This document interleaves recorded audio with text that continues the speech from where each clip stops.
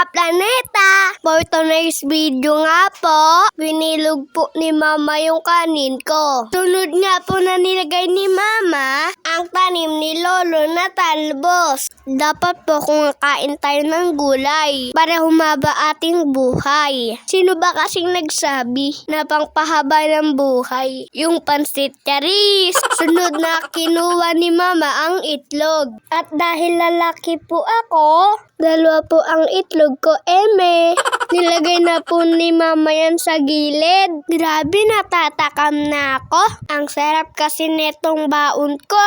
Pero mas masarap ako magmahal, charis! O siya, ito naman yung isa pang itlog. Grabe, ang hyper ni Clemente.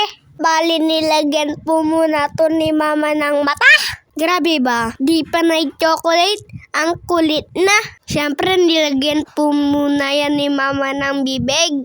Sunod naman po ang kanilang kamay. Para hindi din po masayang ang katas ng talbos, ginawa po ni Mama ang juice. Ilagyan niya lang po yan ng kalamansi at asukal. Ito na nga po ang baon ko. O mga kaplaneta, nauto ko na naman kayo. Hanggang sa muli, paalam!